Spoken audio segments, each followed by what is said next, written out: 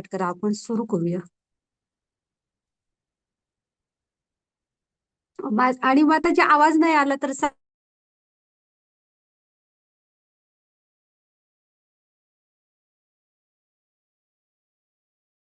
तर आज आपला 8वा अध्याय बघणार आहे, ज्याचं नाव आहे अक्षर ब्रह्मयोग. तर आपण आधी ना आपलं मंगलाचरण म्हणू. ओम अज्ञानतिमिरान्धस्य ज्ञानाञ्जनशलाकया चक्षुरुन्मीलितं येन तस्मै श्री गुरवे नमः. श्री चैतन्य मनोभीष्टं स्थापितं येन भूतले स्वयं रूप कदा मह्यं ददाति स्वपदान्तिकं. वन्देऽहं श्रीगुरो श्रीयुतपदकमलं श्रीगुरून् वैष्णवांच श्रीरूपं सागरजातं सहगण रघुनाथान्वितं तं सजीवं साद्वैतं सावधूतं परिजनसहितं कृष्ण चैतन्य देवं श्री राधा कृष्ण पदान् सहगण ललिता श्री विशाखान्वितांच. हे कृष्ण करुणा सिंधो दीनबंधो जगतपते गोपेश गोपिका कांत राधा कांत नमोस्तुते. तप्त कांचन गौरांगी राधे वृंदावनेश्वरी वृषभानुसुते देवी प्रणमामि हरिप्रिये. नमा ओम विष्णुपदाय कृष्णपृष्ठाय भूतले श्रीमते भक्ती वेदांत स्वामी इति नामिने.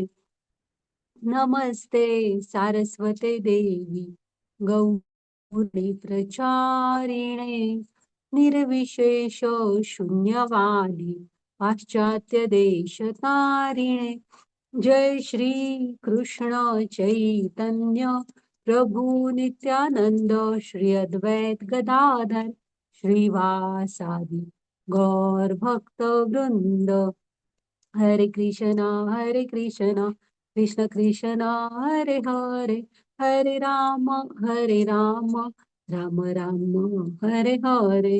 हरे कृष्ण कृष्ण कृष्ण हरे हरे हरे राम राम राम हरे हरे. तर स्वागत आहे तुम्हा सर्वांचं.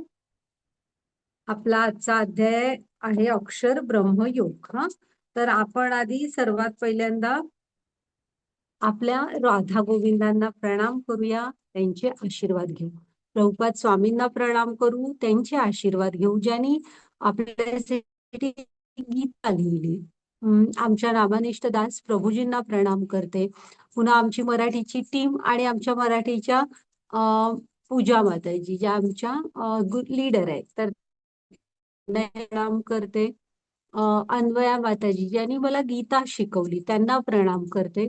आणि तुम्ही सगळे इथे वेळेत येता, तुम्हाला सर्वांना पण सादर प्रणाम. हा, तर आपण आहे ना, हा अध्यायाचं नाव बघा काय, अक्षर ब्रह्मयोग. हा म्हणजे जे कधी क्षय होत नाही असं हे ज्ञान आहे. आता हे जे ज्ञान आहे ना, अक्षर कधी क्षय होणार नाही असं. आणि इथे ब्रह्म म्हणजे ब्रह्माचे बरेच अर्थ असतात ब्रह्म या शब्दाचे. ब्रह्म म्हणजे आपले ब्रह्मदेव म्हणा, आत्मा, परमात्मा.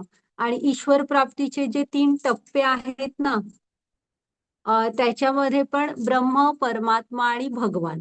मग ही तो पण ब्रह्मस्तर असतो, जी आपल्या बाजूची सृष्टी आहे भक्ती. किंवा भगवंतांच्या गोलोकधामाचा तो प्रकाश असतो. तर त्यालाही ब्रह्म म्हटलं जातं. मग हे इथे जीवात्मा ब्रह्म, इथं काय अर्थ आहे अक्षर ब्रह्मयोग मध्ये, तर जीवात्मा अशा अर्थाने ते त्यांनी घेतलेलं आहे. मग आता ना, हा जो अध्याय आहे ह्याची सुरुवातच ह्याने झाली आहे, म्हणजे अर्जुनाच्या 2 नाही, अर्जुनाच्या प्रश्नांनी झाली आहे. म्हणजे ना, आपण जो 7वा अध्याय काल बघितला, त्याच्यामध्ये जे शेवटचे 2 श्लोक आहेत, तर अर्जुन आता गीता खूप लक्ष देऊन ऐकतो. मग त्याच्यातले शेवटचे 2 श्लोकातले काही शब्द ना अर्जुनाला कळले नाहीत. आणि तिथे कृष्ण मृत्यूविषयी, म्हणजे तो कालचा शेवटचा श्लोक आहे की असं तुम्ही केलं तर माझे नक्कीच मृत्यू समयी माझं स्मरण करू शकाल. मग का करायचं आपण मृत्यू समयी कृष्णांचं स्मरण? आणि ह्या शब्दांचा अर्थ काय आहे आणि कसं, म्हणजे कसं होईल आपल्याला मृत्यू समयी कृष्णांचं स्मरण? हे असे थोडे प्रश्न अर्जुनाला पडले आणि त्या प्रश्नांपासूनच ह्याचं सुरुवात आहे. मी एक 2 मिनिटात तुम्हाला ते 2 श्लोक वाचून दाखवते, त्याशिवाय ते शब्द ऐकल्याशिवाय ना तुम्हाला कळणार नाही. एक मिनिट थांबा हा. योजना माताजी, गीता आहे का तुमच्याकडे?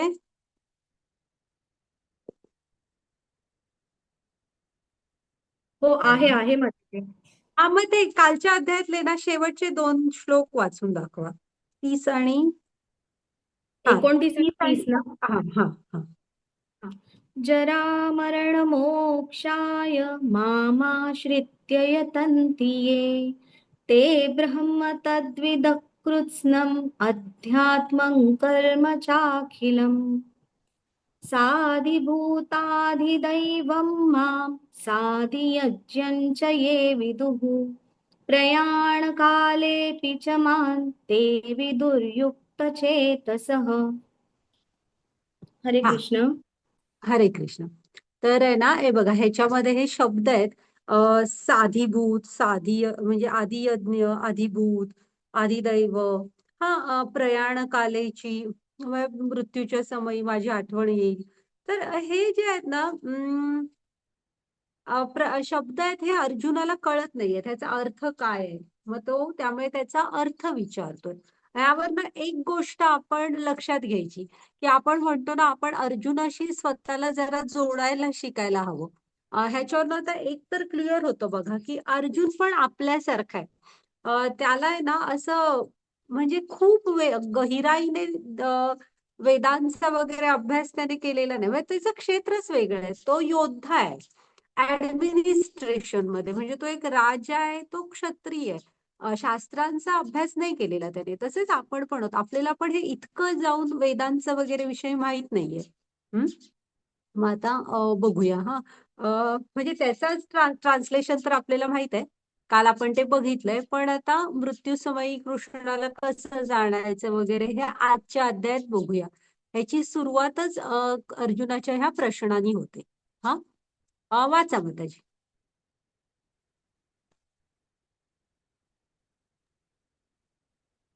हरे कृष्ण. अर्जुनाने विचारले, हे भगवंत, हे परमपुरुष, ब्रह्म म्हणजे काय? आत्मा म्हणजे काय? सकाम कर्म काय आहेत? हे ही भौतिक सृष्टी काय आहे आणि देवता कोण आहेत? कृपया मला समजावून सांगा. हे मधुसूदन, यज्ञाचा अधिपती कोण आहे आणि या देहामध्ये तो कसा निवास करतो? आणि भक्तीमध्ये युक्त झालेले मृत्यू समयी तुम्हाला कसे जाणू शकतात? हरे कृष्ण. हा, तर हे अर्जुनाने विचारलेले प्रश्न आहेत. आपण आता त्याची पुढे आपण पाहूया हा, की हो. काय काय ह्याचा अर्थ आहे, ब्रह्म म्हणजे काय. हा, माताजी पुढची स्लाइड घ्या, बघूया कृष्णाने काय काय उत्तरं दिली आहेत. आधी अर्जुनाचे प्रश्न होते, प्रश्न पण तुम्ही लक्षात ठेवा. हा, हे बघा, हे माताजींनी हे श्लोक वाचून दाखवले. ह्यामध्ये हे शब्द आहेत बघा.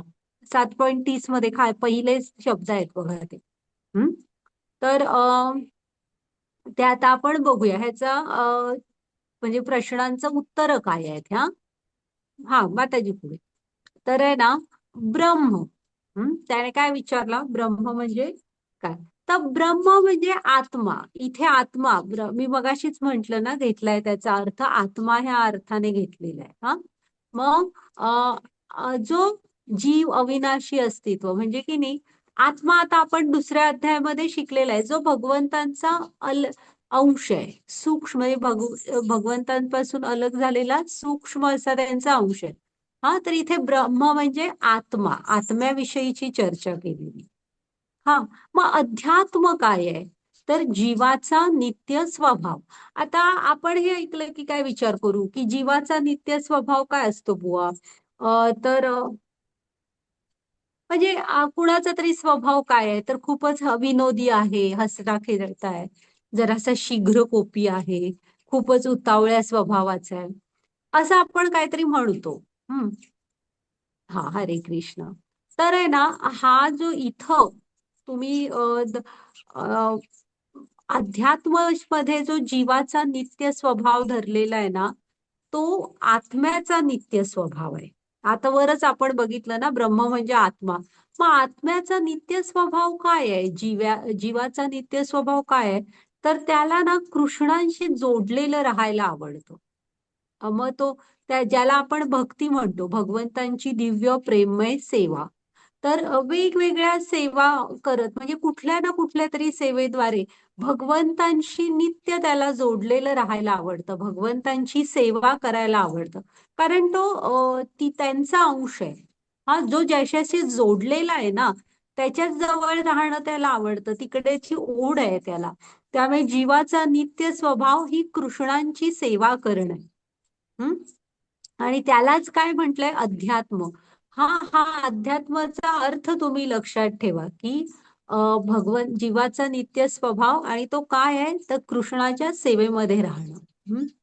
त्यामुळे तुम्ही बघाल भक्ती सेवेमधली छोटी छोटी तुम्ही जप कराल तर आपल्याला खूप छान वाटतं. तुम्ही मंदिरात जाऊन सेवा करा किंवा कुठेही कृष्णांशी जोडलेल्या कायही सेवा घ्या, आपल्याला ना असा एक वेगळाच आतून असा आनंद मिळतो, हलकं हलकं वाटतं. का तर तो आत्म्याची आवड आहे, आत्म्याचा आनंद आहे. हा मग कर्म म्हणजे काय, तर ती क्रिया जे तुम्हाला फलस्वरूप पुढचं शरीर देते. म्हणजे तुम्ही जी काही अशी कर्म करताय की त्याचं फळ भोगण्यासाठी तुम्हाला पुढचं शरीर घ्यावं लागणार, त्याला कर्म म्हणायचं. हा आदिभूत म्हणजे काय, तर हा आपल्या आजूबाजूला हा जो भौतिक निसर्ग आहे ना, जो आपण बघतो, हा सगळा म्हणजे आपल्याला प्रकृतीकडनं आपोआप नैसर्गिकरित्या मिळालेलं आहे. तर हे सगळं आदिभूत मध्ये येतं.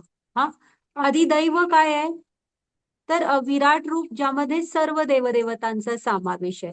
आणि ह्याच्यासाठी ना खास एक अध्यायच आहे विश्वरूप दर्शन योग म्हणून. तेव्हा आपण हे विराट रूप बघूया. अर्जुन पणची फार इच्छा होते बघायची. हा तर ते अधिदैव म्हणजे त्यामध्ये कसं सगळं चराचर सामावलेलं आहे, भगवंतांचं ते विराट रूप की त्यांनी सगळं धारण केलेलं आहे. अधियज्ञ म्हणजे काय, तर आपण 5.29 श्लोक ज्याला आपण शांती सूत्र म्हणतो. हा त्याच्यामध्ये कृष्णाने सांगितलंय की अधियज्ञ, यज्ञाचा अधिपती हा कोण आहे, तर तिसऱ्या अध्यायात पण आपण बघितलेलं आहे यज्ञाचा अधिपती कोण आहे, कारण ते कोणतंही काम जे विष्णूंच्या संतुष्टी प्रित्यर्थ आपण करतो. आता इथंही आपण कृष्णांच्या संतुष्टीसाठी शिकतोय, तर हाही यज्ञ आहे. हा मग अधियज्ञ मग ते कोण होते, विष्णू. पुन्हा 5.29 मध्ये पण कृष्णाने सांगितलंय ना शांती सूत्रात की भोक्तारम यज्ञ तपसाम, मला काय काय म्हणून ओळखायचं तर तुम्हाला आपोआप शांती प्राप्त होणार. भोक्तारम यज्ञ तपसाम सर्व लोक महेश्वरम सुहृदम सर्वभूतानाम. मग अधियज्ञ कोण आहे ते त्यात त्यांनी सांगितलंय, सर्व यज्ञ आणि तपस्यांचा भोक्ता कोण आहे, कृष्ण आहे. परमात्मा त्यांनी दिलाय बघा तिथे.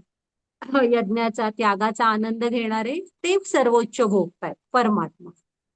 हा अधियज्ञ राहतो कुठे, सर्वांच्या हृदयात आहेत, लांब जायची गरज नाही शोधायला, प्रत्येकाच्या हृदयात आहेत. आणि मृत्यूच्या वेळी कृष्णांचे स्मरण कसे करावे, तर आयुष्यभर सराव करायला हवा. कृष्णाने काय उत्तर दिलंय, अचानक काय येईल ना मृत्यूच्या वेळेस आपल्याला कृष्णांची आठवण. हा ते आपण बघूया. तुम्हाला आता ते थोडं विचित्र वाटणार की का बरं कृष्ण मृत्यूविषयी बोलतायत. अर्जुनाला पण तसंच वाटलं, म्हणून त्याने विचारलं की अचानक कशी तुमची आठवण येणार ना, मृत्यूच्या वेळेस नॅचरली तुम्ही ज्यांच्याशी जोडलेले आहात त्यांची आठवण येईल. तर कृष्ण सांगतात की हो, म्हणूनच तुम्हाला आयुष्यभर माझ्या स्मरणाचा सराव करायला हवा. अचानक नाही येणार, आपण ज्यांच्याशी जोडलेले आहोत त्यांची आपल्याला आठवण येते. हा माताजी घ्या पुढची स्लाईड. श्री भगवान म्हणाले, अविनाशी दिव्य जीवाला ब्रह्म म्हटले जाते आणि त्याच्या नित्य स्वभावाला अध्यात्म असे म्हणतात. जीवांच्या प्राकृत देहाच्या उत्पत्तीस कारणीभूत असणाऱ्या कार्यांना कर्म किंवा सकाम कर्म असे म्हणतात. हरे कृष्ण. आता आपण चार्ट बघितला ना, ते की आपण आत्मा अविनाशी दिव्य जीवाला म्हणजे आत्म्याला इथे ब्रह्म म्हटलंय. त्याचा नित्य स्वभाव आहे कृष्णाची सेवा करणं, त्याला अध्यात्म म्हटलंय. हा आणि कर्म काय, तर ज्या क्रियांमुळे तुम्हाला पुढचं शरीर घ्यावं लागणार त्याची फळं उपभोगायला, त्याला हे म्हटलंय सकाम कर्म. मग आता इथे त्यांनी थोडीशी उदाहरणं दिली आहेत की वरची जी स्लाइड आहे ना, तर तुम्हाला मनापासून असं नाही की तुम्ही अर्जुनाला पण कृष्ण सांगतोय की तू युद्धात जिंकणार किंवा आनंद नाहीच्या उत्तरात त्याने सांगितले ना की तू जिंकलास तरी आनंद आहे, हरलास तरी आनंद आहे, म्हणजे मृत्यू पावलास तरी. हा तू ह्या परिणामांचा विचार करू नकोस, तू तुझं कर्तव्य कर. हा तसं तुम्ही किती भक्तीमध्ये करताय ना काय, त्याच्यापेक्षा तुमची इच्छा आणि प्रयत्न किती आहेत हे भगवंत जवळून बघत असतात. ते आपल्या हृदयातच आहे. त्यांना कळत असतं की ह्याची मनातून खूप इच्छा आहे आणि जे काय वेळ आहे त्यातनं तो करतोय. हा मग ते बघत असतात. आणि जर का तुमची खरीच इच्छा असली ना आणि तुम्ही भगवंतांच्या सेवेमध्ये स्वतःला जोडून घेतलं असेल तर आपल्याला नक्की भगवंतांचं धाम प्राप्त होतं. का तर भगवंत आपल्या हृदयात आहेत, बघतच असतात. आणि त्याच्या खाली आता कसं आहे, जर का तुम्हाला स्वर्ग वगैरे हवाय हा किंवा ह्याच्या म्हणजे तुम्हाला पुण्य वगैरे करताय तर तुम्ही स्वर्गासाठी, मग तेच असं ठीक आहे बाबा, ह्याचं पुण्य ते मात्र कसं असतं, तुमची पुण्य तेवढी जमा व्हावी लागतात की तुम्हाला स्वर्ग मिळेल तर स्वर्ग मिळेल, आणि नाही जमा झाली तर कर्माप्रमाणे पुढचा जन्म. आणि मग तुम्ही विकर्माकडेच जाताय की बाबा नाही ह्याला नुसता खातोय नुसता खातोय, समोर आलं की खायचं. मग कृष्ण विचार करतात हा जो मनुष्य जन्म देह दिलाय, हा असा अमूल्य असा देह आहे आणि मी हा ह्याला फक्त खाण्यात फुकट घालवायला दिलेला नाहीये. तुम्ही दुसरं पण जिज्ञासा वगैरे करू शकता ना. मग ह्याला खूपच खाण्यामध्येच इंटरेस्ट आहे तर असं करू, हा फक्त खाण्यासाठी योग्य असं जे शरीर आहे ना ते त्याला देऊया, कारण ते सुहृदम सर्व भूतानाम आहे आणि आपल्या हृदयातच आहे. त्यांना म्हणतात की ठीक आहे बाबा तुला खायचंच आहे ना भरपूर, तर मग भरपूर खाऊ शकशील असं हे डुकराचं वगैरे शरीर. ज्यांना अनैतिक शारीरिक संबंधांमध्येच इंटरेस्ट आहे. हा मग त्यांना कसं ठीक आहे बाबा, समाजाची थोडी बंधनं असतात, लाज असते, ते आपलं काही नको. मग असे कुत्रा वगैरे सारख्या योनी की ज्यामध्ये काही सामाजिक बंधनं नसणार आणि आपलं तुम्ही तुमची तीच इच्छा आहे तर ते शरीर की जे त्याच्यासाठी सुटेबल आहे. हा असं. तर ही आपल्या हे तुमचं एक लक्षात आलं का की ही जी पुढचं मिळणारी शरीर आहे ह्यात सुद्धा भगवंत ढवळाढवळ करत नाही तुम्हाला कुठलं मिळणार. हा ते तुमच्या इच्छेप्रमाणे तुम्हाला मिळेल. हा माताजी घ्या पुढची slide.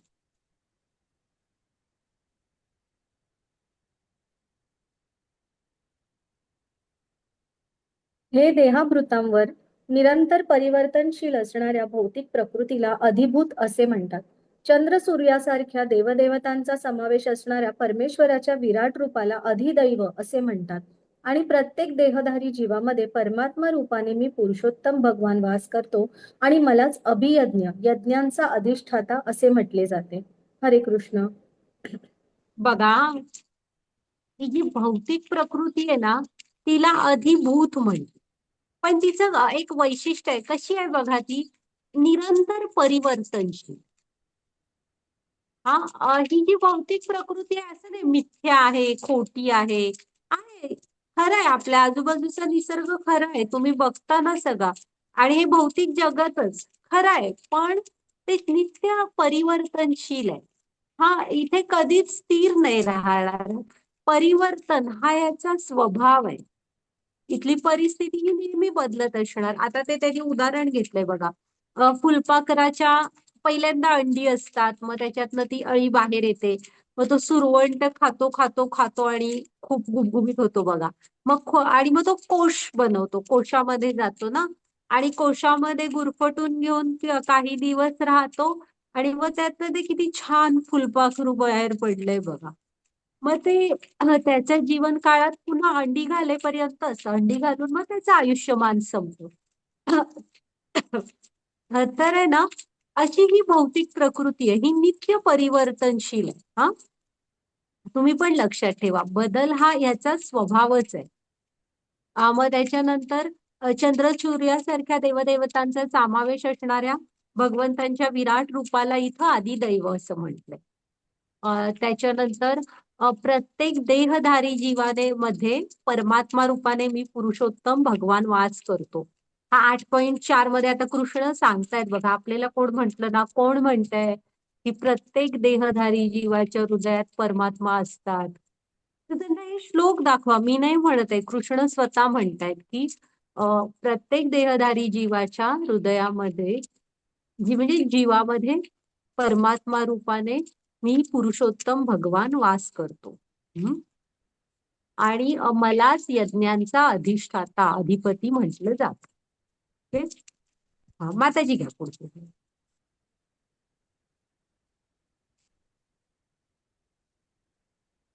अंतकाले च मामेव स्मरन् मुक्त्वा कलेवरम् यः प्रयाति समद्भावै याति नास्त्यत्र संशयः. आणि जो मृत्यूसमयी केवळ माझे स्मरण करून आपल्या देहाचा त्याग करतो तो लगेच माझ्या स्वभावाला प्राप्त होतो, यात मुळीच शंका नाही. हरे कृष्ण. हा. बघा हा, अर्जुनाने विचारलं होतं ना की तुम्हाला म्हणजे तुमचं मृत्यूच्या वेळेस स्मरण कसं करावं, तर त्याच्या आधी कृष्ण काय सांगतायत बघा, की तुम्ही आहे ना, ह्याच्यामध्ये थोडे सिद्धांत आहेत. अंतकालेच माम एवम, तुम्ही मृत्यू समयी फक्त माझं म्हणजे दुसऱ्या कुणाचं स्मरण करून नाही चालणार, दुसऱ्या कुठल्या देवी देवतांचं.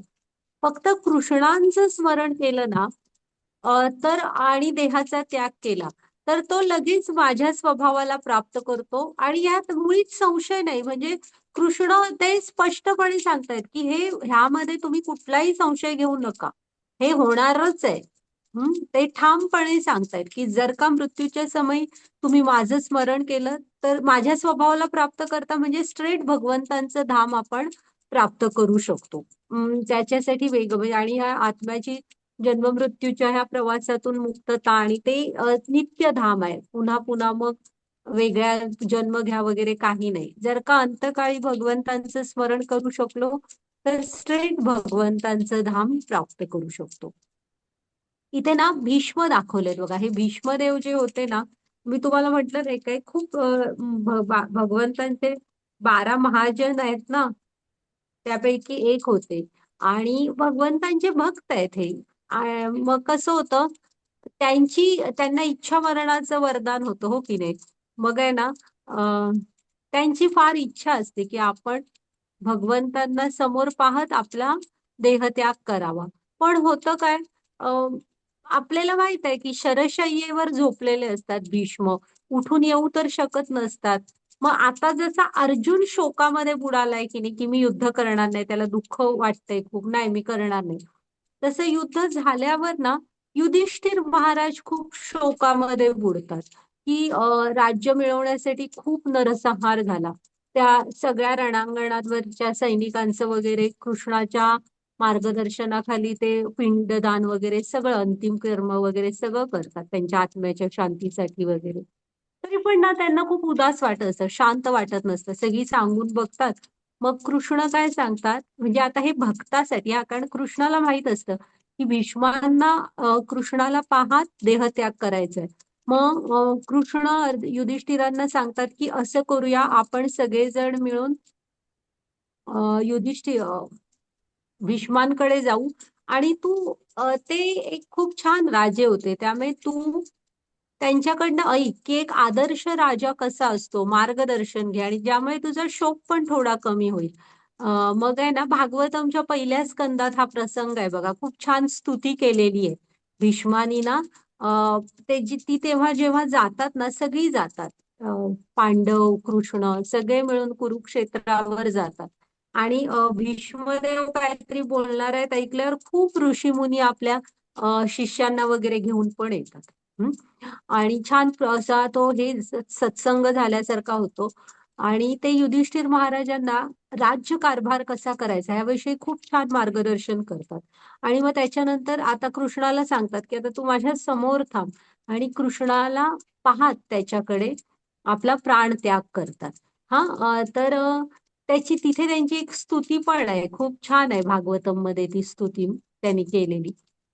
तर हे म्हणजे ना, इथे आपल्या एक लक्षात येतं का की जर भीष्म होते शरशय्येवर, बाणांच्या अंथरुणावर होते, तरी पण तसे व्यवस्थित होते. मग ही जी जन्म मृत्यू जरा व्याधी, म्हणजे जन्म मृत्यू म्हातारपण आणि आजारपण, ह्यांना कृष्ण मनुष्य जीवनाची खरी चार दुःख मानतो.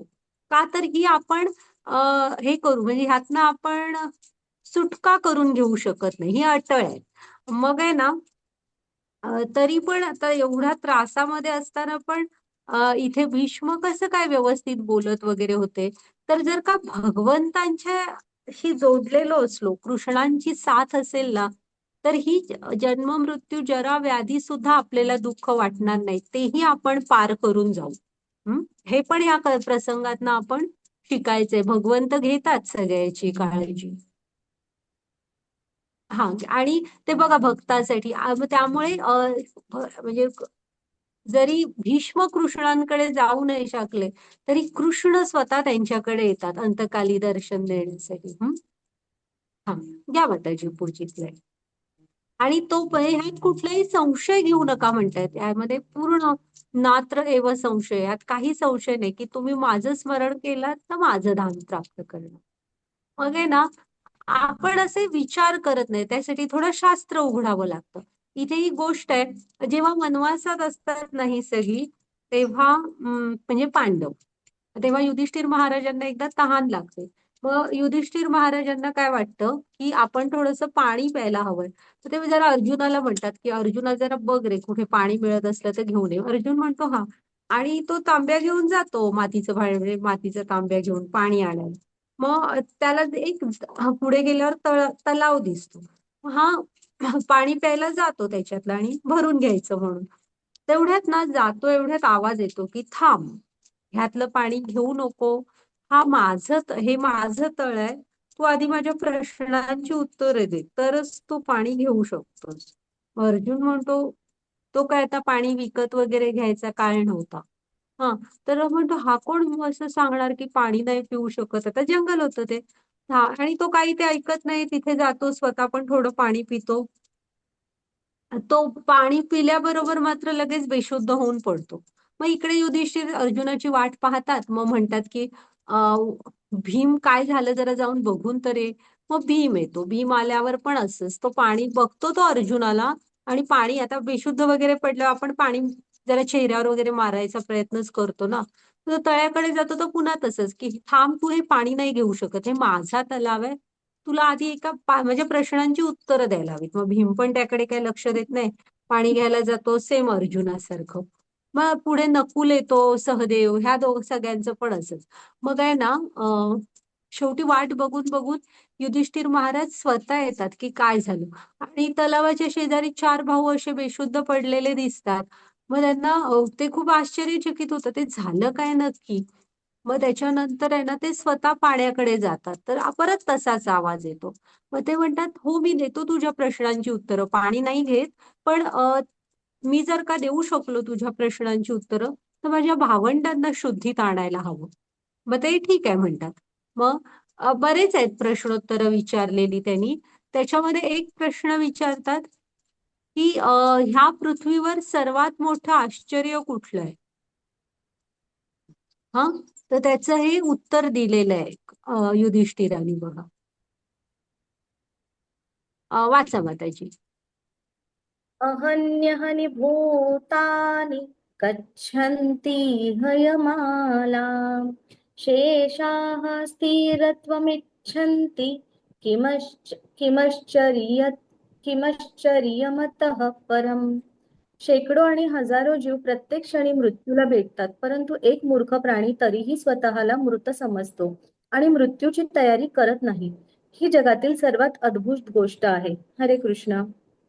हा, तिथे तरीही स्वतःला मृत नाही अमर समजतो आणि मृत्यूची तयारी करत नाही.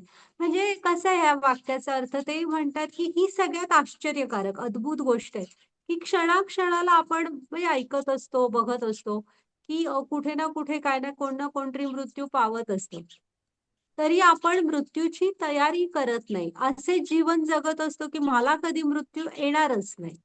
हा, तर ही जगातली सगळ्यात अद्भुत गोष्ट आहे म्हणतात.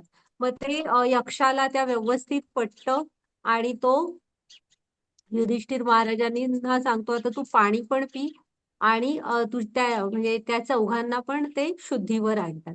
तर आहे ना, आता इथे मृत्यूची तयारी करायची म्हणजे काय करायचंय? असं आहे काय की मी मृत्यू मला येणार आहे म्हणून मी घाबरून बसावं वगैरे, हा? तर अशी तयारी नाहीये. तर हे जे आपल्या हातात जीवन मिळालंय ना, त्याचं मूल्य जाणा तुम्ही. हा, इथे मिळालेला वेळ हा आपल्याला ठराविक वेळ असतो आणि त्याचा योग्य वापर करायला हवा भक्तीसाठी. तुमची जी कर्तव्य आहेत ना, जी कामं करायची आहेत ती सगळी करा, पण कुठेतरी स्वतःच्या आध्यात्मिक उन्नतीसाठी आपण वेळ द्यायला हवा. जर का कलियुगाचा धर्मच आहे हरिनाम जप, तर जप करायला हवं.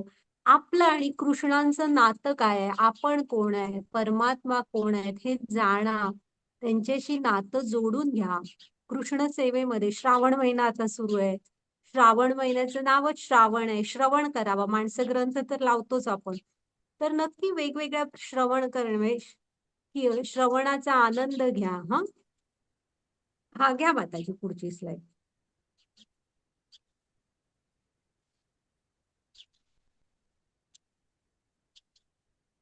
यं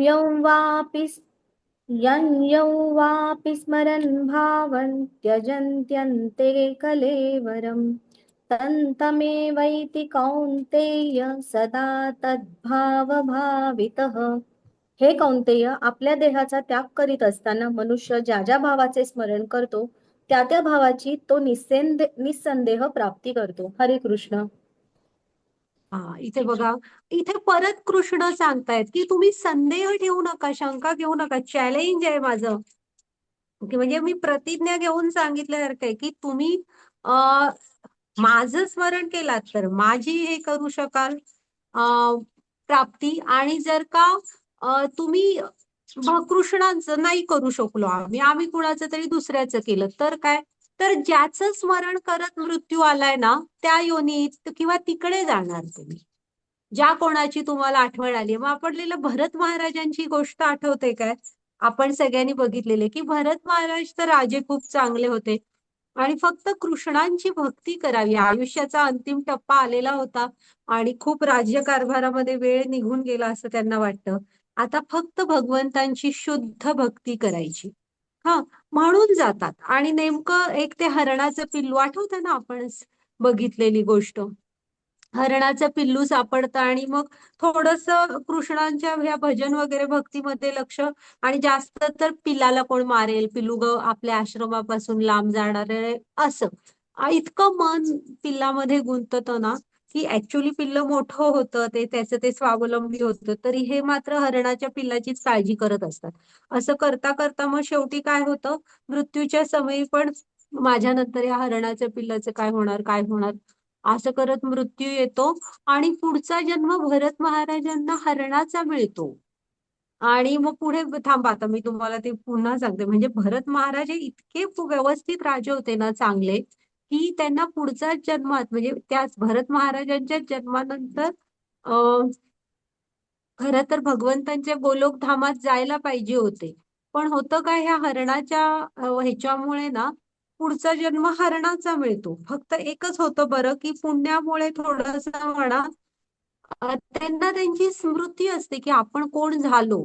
मग त्यांना लक्षात येतं आपल्याला हरणाचा जन्म मिळाला. मग त्या जन्मात मात्र काही जास्त वेगळं करत नसतात.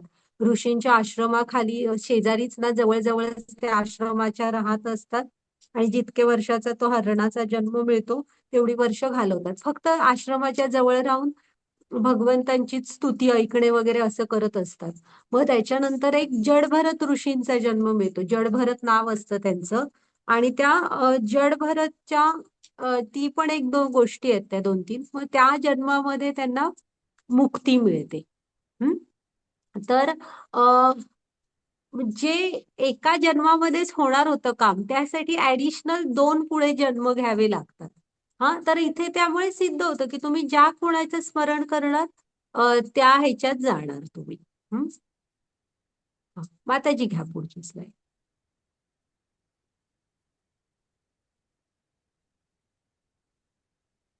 हा, ही ती भरत महाराजांची गोष्ट बघा, आपण बघितली होती की नाही. हरण हरण करत मृत्यू येतो शेवटी आणि हरणाचा जन्म प्राप्त होतो. नाही, असू दे, घ्या पुढे. तस्मात् सर्वेषु कालेषु मामनुस्मरयुध्य च मयि अर्पितमनो बुद्धिर्मामे वैश्यस्य संशयम्. म्हणून अर्जुना, तू सदैव माझा कृष्णाच्या रूपात विचार कर आणि त्याच वेळी तुझे युद्धाचे विहित कर्तव्य पार पाड. मला समर्पित केलेले तुमचे कार्य आणि तुमचे मन आणि बुद्धी माझ्यावर स्थिर केल्याने तुम्ही निसंशयपणे माझी प्राप्ती कराल. हरे कृष्ण. हा म्हणजे ही गीता आहे बघा. कृष्ण फक्त तसं नाही सांगत आहेत माझं स्मरण कर किंवा माझं स्मरण करू शकाल तर मला प्राप्त करा. उपाय पण सांगतायत कसं करायचं. तर आता काही युद्ध त्याला बघा त्यांनी सांगितलं तुझं विहित कर्तव्य पण पार पाड, सगळं सोडून नका करू म्हणतायत. तर तुमची जी कर्तव्य आहेत ना ती करता करता तू सदैव म्हणजे ना म्हणून अर्जुना तू सदैव माझा कृष्णाच्या रूपात विचार कर आणि त्याच वेळेस तुझे युद्धाचे विहित कर्तव्य पार पाड. म्हणजे तुमची कर्तव्य सोडू नका. तुम्ही तुमची जी कर्तव्य आहेत ना ती करा, पण माझ्याशी जोडून घ्या तुम्ही स्वतःला ते करताना. आणि सदैव माझा कृष्णाच्या रूपात विचार कर. म्हणजे इथे पुन्हा लक्षात ठेवायचं की आपण भगवंतांचा विचार करताना ते सगुण साकार आहेत. त्यांना एक असं अप्रतिम सौंदर्य असणारं रूप आहे की त्यांच्या हातात बासरी, डोक्यावर मोरपीस. तर त्यांच्या हे आता तो अर्जुनाच्या समोर ज्या रूपात आहेत ना त्या कृष्ण रूपात आपण स्मरण करायचंय. ते म्हणतायत का की माझं एक व्हायब्रेशन किंवा एनर्जी, रे ऑफ लाईट अशामध्ये हे मेडिटेशन करा असं म्हणतायत का किंवा स्मरण करा.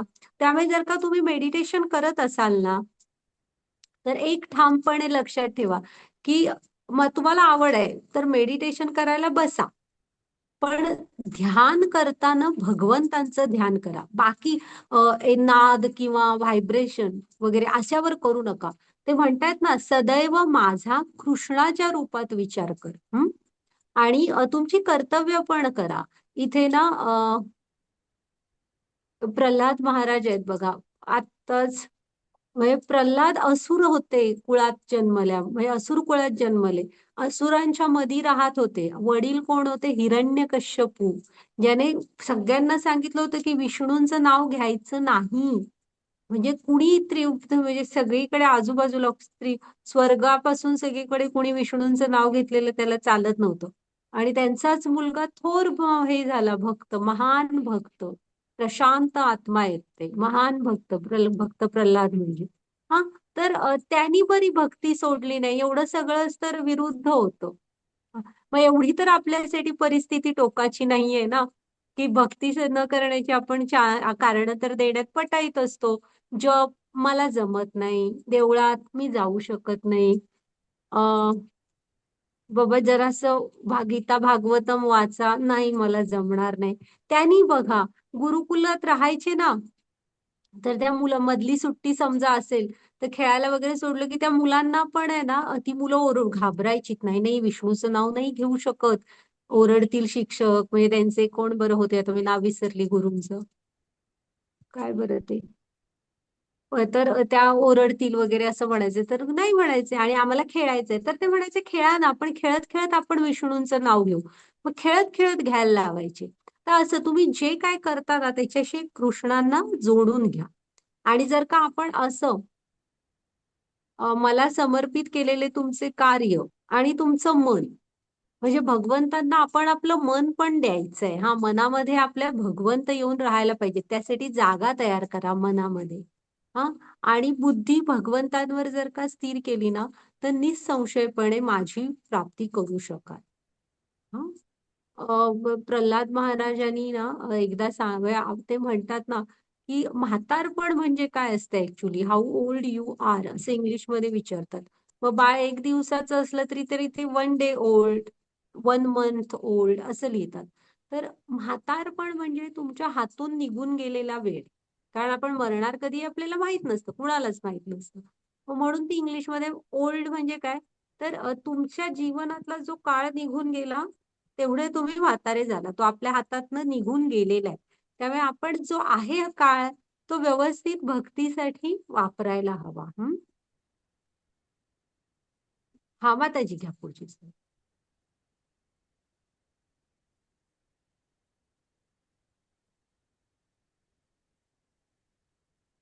अभ्यासयोगयुक्तेन चेत्सनान्यागमीना परमपुरुषं दिव्यं याति पार्थानुचिंत्ययन्. जो परमपुरुष भगवंतांचे ध्यान करतो त्याचे मन सतत माझ्या स्मरणात गुंतलेले असते, मार्गापासून अविचलित असते. तो हे पार्थ अर्जुना, तो माझ्यापर्यंत नक्की पोचतो. हरे कृष्ण. हा इथे परत सांगतायत ना ते की जो परमपुरुष भगवंतांचे ध्यान करतो, म्हणजे तुम्ही ध्यान करायचंय ना तुम्हाला, तर करा तुम्ही, पण परमपुरुष भगवंतांचं कृष्णांवर करा. हा नाहीतर मग त्या ध्यानाचा काय उपयोग नाही. कारण आपण आत्ताच बघितलं ना, सगळ्या यज्ञ आणि तपश्चर्यांचे अधिष्ठाता किंवा भोगता कोण आहेत? भगवंत आहेत. त्यामुळे ध्यान करायचंय तर आपण सर्वोच्चावर म्हणजे भगवंतांवर करा. हा आणि मन जे आहे ना आपलं नित्य भगवंतांच्या स्मरणात गुंतलेलं हवं. म्हणजे ना ते आपली सगळी बरीच मराठी भक्तिगीत आहेत बघा. नित्य वाचे तुझे नाम घेऊ, पांडुरंगी सदा लीन राहावे. आणि पण बरीच आहेत की ज्यामध्ये त्यांनी सांगितलेलं आहे की आपलं हे मन आहे ना, हे आपलं भगवंतांच्या स्मरणात. आता ते नाही का, हरी म्हणा तुम्ही, गोविंद म्हणा तुम्ही, गोपाल म्हणा, हरिनारायणा, म्हणजे कायही म्हणा, खरं म्हणा. तुम्हाला जे आवडतं ते म्हणा, पण म्हणा.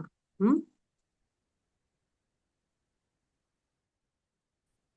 इथे ना अजामिलचे आणि मग हा मार्ग कृष्णाने सांगितलेला आहे आणि हा मार्ग आपल्याला भगवंतांपर्यंत नक्की नेऊन पोहोचवणार. ह्यामध्ये काही शंका घेऊ नका तुम्ही. तो अजामिळ आहे शेजारचा. बघूया माताजी पुढची स्लाइड घ्या. आता आपण ती गोष्ट बघूया. हा की ह्या गोष्टीत अजामिळ किती कमी वेळासाठी भगवंतांचं, म्हणजे हा सिद्धांत आहे ना कृष्णाने सांगितलेला, की जर का अंतकाली माझं स्मरण करू शकाल तर माझं धाम. तर इथे हा अजामिळ आहे. ही भागवतम मध्ये गोष्ट येते. हा ना एका चांगल्या कुटुंबातला असतो. हा आणि वडिलांच्या पूजेसाठीच साहित्य आणायला समिधा वगैरे रोज वनात जात असतो आणि ते सगळं घेऊन येत असतो. चांगला असतो, अभ्यास केलेला असतो वेदांचा वगैरे. आणि एक दिवस वनात जातो आणि होतं काय, ते दिसतायत का स्त्री आणि एक स्त्री आणि पुरुष ते त्यांचं त्यांचं करण्यात हे असतात. म्हणजे ती एकत्र ती थोडी बसलेली, म्हणजे हे रथ अशी असतात ती. आणि हा अजामिळ ते बघतो आणि तिथेच त्यामध्ये गुंततो. हे त्यामध्ये मग आता इथे आपण पहिलं ह्या गोष्टी आहेत ना, ह्या वरिष्ठांकडून शांतपणे ऐकायचे. हे आपल्याला जीवनात आपण कसं वागायचं हे शिकवतात. मग आता हा अजामिळ अशा ठिकाणी गेलाय की जिथे आपल्याला अशी काहीतरी विचित्र दृश्य दिसतात ज्याचा आपल्याशी काही संबंध नाहीये. तर अशा स्थानी आपण जास्त वेळ थांबू नका, किंवा तुमचं काम तुम्ही काय करायला गेलाय ते करा आणि तिथून बाजूला व्हा. तर हा तर ते समिधा वगैरे गोळा करायला गेलेला असतो, घेऊन घरी यावं असं नाही. ह्याला तिथे एवढी त्याचं मन प्रबळ होतं की आपल्याला पण असंच काहीतरी करायचंय. त्या स्त्रीचा आणि त्या पुरुष ते एकत्र असतात ना, त्या स्त्रीचा एवढा मोह होतो की अजामिळ त्या हातातलं सगळं टाकतो, तिकडे जातो, त्या माणसाला मारून घालवतो आणि त्या स्त्रीला घेऊन घरी येतो. आणि घरातले आश्चर्यचकित होतात, हे कोणाला घरी घेऊन आला हा. तर नाही म्हणतो ही आता इथेच राहणार वगैरे. आणि बायकोला ना घर माहेरी वगैरे पाठवून देतो. आई वडिलांचे शी भांडत असतो. आणि ना आई वडील म्हणजे ना त्या धक्क्याने खूप दिवस काही जिवंत राहत नाहीत. आई वडील पण वारतात. आणि वडिलांची म्हणून जे काही संपत्ती असते ना, ते ह्या अशा स्त्रियांवर कसे पैसे खूप खर्चावे लागतात, तर त्या तुमच्या जवळ राहणार ना. मग खूप जे काय असतं ते सगळं तिच्यावर घालवतो. मग आता काय एकटाच असतो, कोण नाही. आई वडील मृत्यू पावतात, बायकोला घालवून टाकतो. मग काय ती काहीच नसतं, शिल्लक ठेवत नाही. मग चोरीमारी करायला वगैरे लागतो. कसा होता बघा हा पूर्वी आणि आता बघा. आणि असं वर्णन आहे की कुठलंही पाप करायचं बाकी ठेवत नाही. सगळं म्हणजे व्यसनं पण करत असतो आणि चोऱ्या करणे, दरोडे घालणे वगैरे सगळं सगळं करत असतो. जुगार खेळणे वगैरे. आणि जात असतात. मग भरपूर मुलं बिलं होतात आणि काळ काय पुढे जात राहतो. काळ काय कुणासाठी थांबत नाही. मग त्याची पुढे स्लाइड घ्या. मग असं करत करत ना 10 की काहीतरी मुलं होतात आणि हा हळूहळू म्हातारा व्हायला लागतो. आणि मध्ये एक प्रसंग आहे, तो जेव्हा शेवटचा मुलगा त्याला होतो ना, तेव्हा ना म्हणजे कुठेतरी गुरूंची कृपा वगैरे म्हणा किंवा काय, की आधी जरा सदाचारी नसताना ना आपल्या भिक्षा मागायला भिक्षुक वगैरे संन्यासी तसे येतात आणि ज्यावेळेची बायको त्यांना काहीतरी घालत असते तेव्हा त्यांना ते छोटंसं बाळ दिसतं तिच्या, म्हणजे एकदम लहान असं बाळ असतं. मग ते म्हणतात, माताजी ह्याचं नाव नारायण ठेवा. मग ती म्हणते ठीक आहे, तुम्ही म्हणतात आम्ही ह्याचं नाव नारायण ठेवतो. आणि ते ते लोक निघून जातात. ही पण त्याला अजामेळ घरी आल्यावर सांगते की असं असं काही लोक आले, म्हणजे संन्यासी आले होते, त्यांनी सांगितलं ह्याचं नाव अजामेळ ठेवा. तो म्हणतो हा ठेव, आणि ह्याला ते नारायण ठेवा. आणि मग ह्याला ना खूप त्या नारायण शब्दाची गोडी लागते. आणि हा ना विनाकारणच सारखा नारायणा नारायणा नारायणा नारायणा असा म्हणत असतो. मग ते मूल हळूहळू मोठं पण होतं आणि त्याच्याकडे काम असू दे अगर नसू दे, अजामेळ आपला नारायणा नारायणा असा हाका मारत असतो त्याला. मग काळ म्हटलं तसं पुढं जात राहतो, काय कुणासाठी थांबत नाही. यथावकाश हा अगदी अंथरुणात पडतो आणि आता कळतं की मृत्यू तर आलेला आहे आपला. आणि ह्याला ते यमदूत दिसतात आणि यमदूतांना बघून हा घाबरतो आणि जोरात नारायणा नारायणा नारायणा म्हणून ओरडायला सुरू करतो. आणि तसं झाल्यावर आहे ना, ते ते पहिल्या फोटोत दिसतंय बघा, यमदूत आहेत त्याच्या डोक्याजवळ. नारायण नारायण म्हणून ओरडायला सुरू झाल्यावर ना भगवंतांचे पार्षद येतात हातात तलवार घेऊन. आणि दुसऱ्यामध्ये दाखवलंय बघा, ते यमदूतांबरोबर भांडायला लागतात की तुम्ही अजामिळला नेऊ नाही शकत. मग ते म्हणतात की अरे, कशासाठी तुम्ही म्हणजे भगवंतांचे पार्षद आलात ह्या पापी माणसासाठी, ह्याने कुठलं पाप करायचं बाकी नाही ठेवलं. तर मग ते सांगतात की तुम्हाला नियम माहित आहे ना, त्याने पाप किती केलेलं असू दे, पण आता त्याने अंतकाली आमचं म्हणजे भगवंतांचं स्मरण केलंय, नाम घेतलंय. आणि भगवंतांचं नाम एकदा जरी घेतलं तरी आपली सगळी पापं जळून जाऊ शकतात, एवढं त्याचा महिमा आहे. त्यामुळे त्याने ते नाव घेतलेलं आहे मृत्यूच्या समयी, त्यामुळे तुम्ही त्याला नेऊ शकत नाही. मग ती ना त्यांची तात्विक चर्चा आहे भागवतम मध्ये मृत्यूविषयीची. हा, चांगली चर्चा आहे. म्हणजे आपण वाचावी, ती आपल्याला माहित असावी. मग त्याच्यानंतर आहे ना, ते सांग आणि मग नंतर त्यांच्या लक्षात येतं की अजामेळच्या जीवनाचा काही थोडा भाग अजून शिल्लक असतो.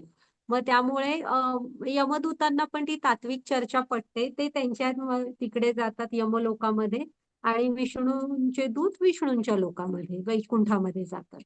आणि अजामिळ हे सगळं समोर बघत असतो ना, त्या क्षणी अजामिळच्या आपल्या जीवनाचा सगळा पिक्चर समोरून गेल्यासारखा जातो आणि त्या क्षणी त्याला कळतं अधःपतन अधःपतन म्हणतात ते किती आपलं इतकं दुष्टपणे वागलो आपण, इतकी पापं केली. आणि मग मात्र कुणालाही घरात सांगत नाही. तिथनं जे ताडकन उठतो ते काशी क्षेत्रामध्ये जातो. तिथे राहून भगवंतांची उपासना करत पुढचे 12 वर्ष राहतो. अतिशय म्हणजे भक्तिमय आयुष्य घालवतो वैराग्यासारखं. आणि मग जो यथावकाश त्याला मृत्यू येतो ना, तेव्हा तेव्हा मात्र भगवंतांच्या स्मरणातच मृत्यू येतो. आणि मग पुढची स्लाइड घ्या माताजी. मग खरोखर भगवंतांचे पार्षद येतात आणि विमानात बसवून अजामेळला पण दिव्य देह प्राप्त होतो आणि अजामेळचं स्वागत करतात आणि भगवंतांच्या वैकुंठामध्ये घेऊन जातात. मग प्रभुपाद स्वामींचं ना, ती जी विष्णूंचे पार्षद आणि यमदूतांची जी चर्चा आहे ना मृत्यूविषयी, त्यावर प्रभुपाद स्वामींनी अ सेकंड चान्स म्हणून पुस्तक लिहिलेलं आहे. मराठीत पण आहे. तर तुम्हाला जर का ह्या रस असेल ना, तर तुम्ही अवश्य ती तात्विक चर्चा वाचा. छान पुस्तक आहे, छोटंसं पुस्तक आहे. हा, तुम्हाला वेळ मिळाला ना किंवा काढा आणि वाचा, छान पुस्तक आहे. तर असं, आणि म्हणूनच ते अ सेकंड चान्स आहे की प्रभुपाद स्वामी म्हणतात अजामेळला तो दुसरा चान्स मिळाला, आपल्याला मिळेलच असं नाही. त्यामुळे जेव्हा तुम्हाला भक्तीविषयी कळलंय त्याच क्षणी ह्या मनुष्य जन्माचं म्हणजे मौल्यवान आहे. हा, त्याचं ओळखा ते मूल्य आणि भक्तीमध्ये स्वतःला जोडून घ्या जिथे आहात तिथून. हम्म कृष्णाला जीवनाचा आपल्या भाग बनवून टाका. ओके, घ्या माताजी पुढची स्लाईड. मनुष्याने परमपुरुषाचे जगाचे सर्वज्ञ, पुरातन, नियंता, अणुपेक्षाही सूक्ष्म सर्व गोष्टींचे पालन करता, सर्व भौतिक कल्पनांच्या अतीत असणारे अचिंत्य आणि नित्य पुरुष या रूपांमध्ये ध्यान केले पाहिजे. परमपुरुष सूर्याप्रमाणे तेजस्वी आहेत. ते भौतिक प्रकृतीच्या पलीकडे अर्थात दिव्य आहेत. हरे कृष्ण. हे बघा, तुम्हाला ध्यान करायचंय ना, तर आपल्या डोळ्यासमोर तुम्ही हे आणायला पाहिजेत. हे आहेत बघा आपले कृष्ण गोविंद. हा, तर त्यांना बघा, त्यांचं स्वरूप आहे स्वतःचं, ते काय प्रकाशाचं किरण वगैरे नाहीत. तर ते तसे आहेत. ह्या रूपाचं ध्यान करा, परमपुरुषाचे. आणि त्यांच्याविषयी आपण काय काय म्हणून ते आहेत ते ओळखायला पाहिजे. हे सगळं तुम्ही तत्वतः त्यांच्याविषयी ओळखायला पाहिजे, आणि तसं मानून वागायला हवं की ते सर्वज्ञ आहेत, पुरातन आहेत, हा, सगळ्याचे नियंत्रक आहेत, अणुपेक्षा पण सूक्ष्म आहेत. आता ते कसे आहेत ते आपण जरा गोलोक चार्ट मध्ये सांगते तुम्हाला. सर्वांचे पालन करतायत, सगळ्यांचे. विश्वंभरच नावच आहे, सगळ्यांचे भरण पोषण करणारे ते. सर्व भौतिक कल्पनांच्या अतीत, अचिंत्य, नित्य या रूपामध्ये ध्यान केले पाहिजे. सूर्याप्रमाणे तेजस्वी आहेत आणि दिव्य आहेत, भौतिक प्रकृतीच्या पलीकडे आहेत. ते तर आपण ह्या स्वरूपात त्यांचं ध्यान करायला पाहिजे, लक्षात ठेवा तुम्ही. आणि ना, जर का तुम्ही ना चेक करा आता की तुम्ही भगवंतांशी जोडले जाताय, तर कसे असतात ना, भक्तीचे पण टप्पे असतात की आता तुम्ही श्रवण म्हणजे तुम्हाला कुठेतरी कळलंय कृष्णांविषयी. हा, तर ही पहिला टप्पा असतो की तुम्हाला श्रद्धा होते मग आपल्यामध्ये. आता तुम्हाला काहीतरी ऐकून थोडंसं कळलंय, तर हा पहिला टप्पा म्हणायचा, ह्याला म्हणायचं श्रद्धा. ही सुरुवात असते. मग जर का तुमची खरोखर श्रद्धा बसली ना, तर मग तुम्ही भक्तांच्या संगतीमध्ये राहण्याचा, कृष्णांविषयी अजून ऐकण्याचा प्रयत्न करता, आणि त्यामुळे ते आपल्याला भक्तांच्या संगतीतनच होऊ शकतं. मग दुसरा टप्पा असतो साधू संग. म्हणजे कृष्णांकडे जायचे टप्पे हळूहळू कसे येतात बघा भक्तीमध्ये. मग त्याच्यानंतर असते, मग आपण साधू संग करतो, भक्तांचा सहवास. मग त्याच्यानंतर आपण म्हणजे आपलं लक्ष देऊन आपण कीर्तन, नामस्मरण हे सगळं करायला लागतो. मग त्याला म्हणायची भजन क्रिया. मग आपल्या हृदयातले अनर्थ निघून जातात. काम, क्रोध, मद, लोभ, अहंकार, हे असे ते 6 हे असतात अनर्थ, ते आपल्या हृदयातनं निघून जातात. ह्याच्या पुढच्या टप्प्यात जर का आपण प्रामाणिकपणे हे करत राहिलो तर. मग त्याच्यानंतर आहे ना, आपली हळूहळू भगवंतांवरची श्रद्धा असते ती निष्ठेमध्ये बदलते. त्याच्या पुढचा टप्पा असतो निष्ठा. आपली भगवंतांप्रती दृढ निष्ठा व्हायला लागते हळूहळू. मग ना, जे नाम घ्यायच्या पुढे आपली निष्ठा अगदी तशीच आपण ठेवली, व्यवस्थित पुढे जात राहिलो, तर आपल्याला ना त्यांच्या नामामध्ये नुसतं नाव कोरडं घेत नाही, तर रुची यायला लागते. घेईल तेवढं अजून घ्यावंसं वाटतं. अमृताहुनी गोड नाम तुझे देवा म्हटलंय ना त्यांनी. तर ती रुची आहे भगवंतांच्या नामामध्ये, अमृतापेक्षा पण. म्हणजे अमृत काहीच नाही त्यांच्या नामासमोर. किंवा केशवा माधवा तुझ्या नामात रे गोडवा. तर ती रुची यायला लागते. मग रुची नंतर आहे ना आसक्ती. पण ही भौतिक आसक्ती धरू नका, की वस्तूंसाठी किंवा इंद्रिय सुखाची आसक्ती नव्हे. तर उलट वैराग्य असतं आणि भगवंतांविषयी दृढ आसक्ती येते. मग त्याच्यानंतर पुढचं येतं, ह्याच्याही पुढे भावभक्ती, की आपण पूर्ण सगळ्या ह्याने भगवंतांच्या भक्तीमध्ये जोडलेलो असतो. तो भावभक्तीचा स्तर असतो. आणि मग ह्याच्यावर भावभक्ती आणि त्याच्यानंतर येते प्रेमाभक्ती. हे संत अतिशय शुद्ध भक्त वगैरे हे भावभक्ती आणि मग भगवंतांची प्रेमाभक्ती या स्तरावर असतात. तर हे भक्तीमधले प्रगतीचे टप्पे आहेत. ह्याची सुरुवात ह्यामधनं होते की तुम्ही कृष्णांविषयी थोडं ऐकल्यावर तुमचं त्यांच्यामध्ये थोडी श्रद्धा बसते आणि तुम्ही त्यांच्याशी जोडले जाताय असं. ह्यातून माताजी पुढची स्लाईड.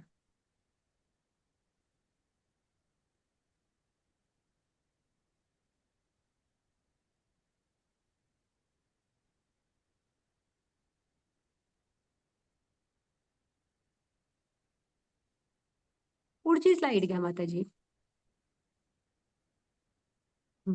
तर आहे ना, इथे त्यांनी सांगितलंय बघा, म्हणजे दाखवलंय की हे जे सारे देवी देवता असतात ना, हे पण भगवंतांच्या भक्तीमध्ये म्हणजे जोडलेले आहेत. इथे ब्रह्मा आहेत बघा, क्षीरसागराच्या किनारी विष्णूंची ध्यानधारणा करतायत आणि सगळे देवी देवता आहेत. मागची स्लाइड घ्या. हा, सारे देवी देवता आपल्याला त्या पहिल्या मागची स्लाइड घ्या माताजी.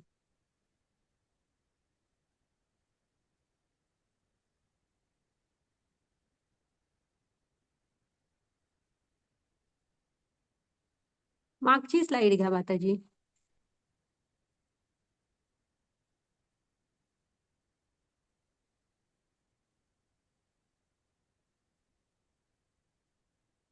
अरे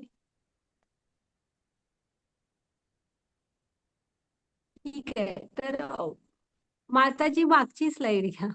तर त्याच्या मागच्या स्लाइड मध्ये ना त्यांनी दाखवलं होतं की सारे देवी देवता त्यांना काही संकट आलं ना, इंद्र वगैरे कोणाकडे, ब्रह्मांकडे जातात आणि ब्रह्मा कोणाकडे जातात, मदत मागायला विष्णूंकडे.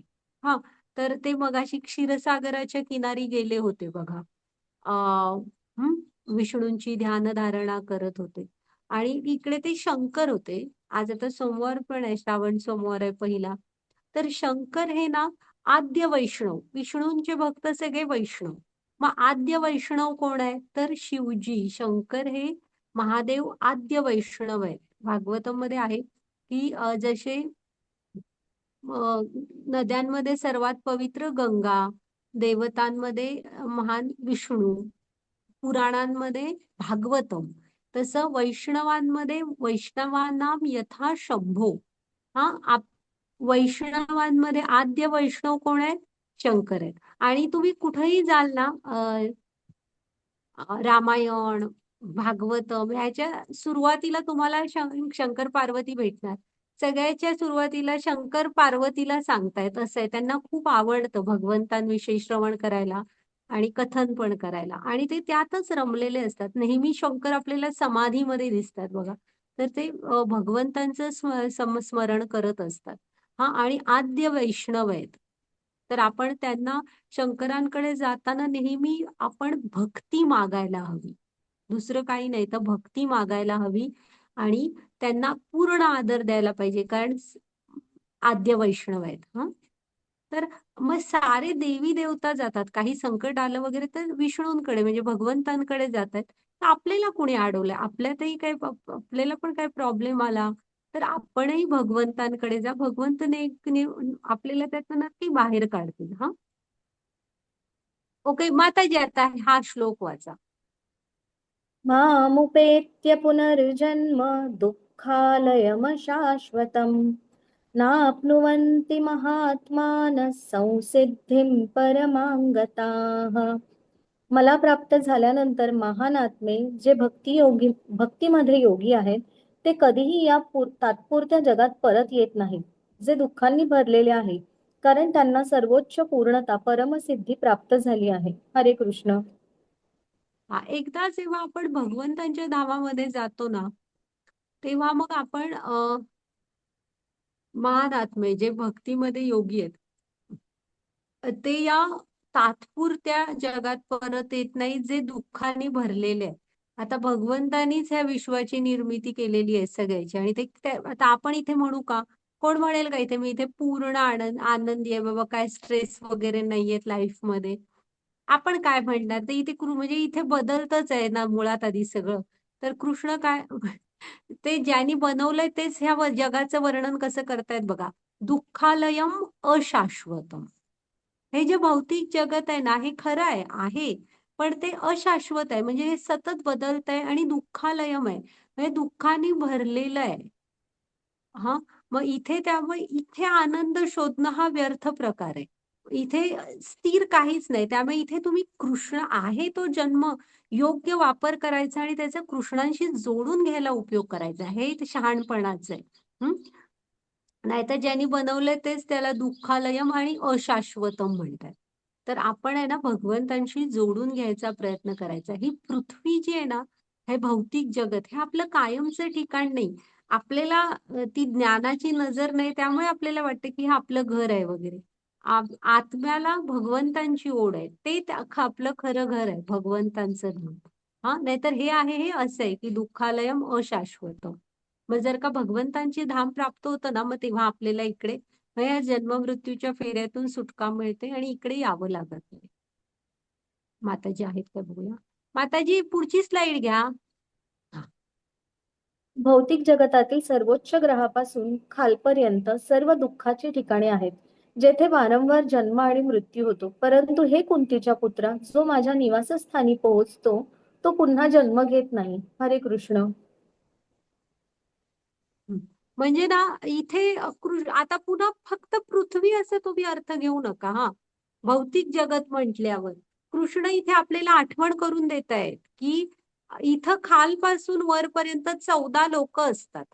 हा, ती सगळीच अशीच आहेत, दुःखालयम आणि अशाश्वतम.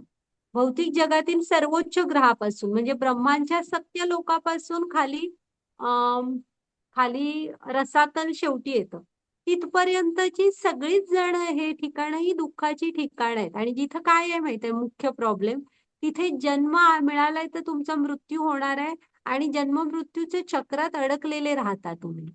हा, मग परंतु हे कुंतीच्या पुत्रा, जो माझ्या निवासस्थानी पोहोचतो तो पुन्हा जन्म घेत नाही. म्हणजे भगवंतांच्या धामात जाऊ शकलो ना तर जन्म मृत्यूच्या फेऱ्यातून मुक्ती मिळते.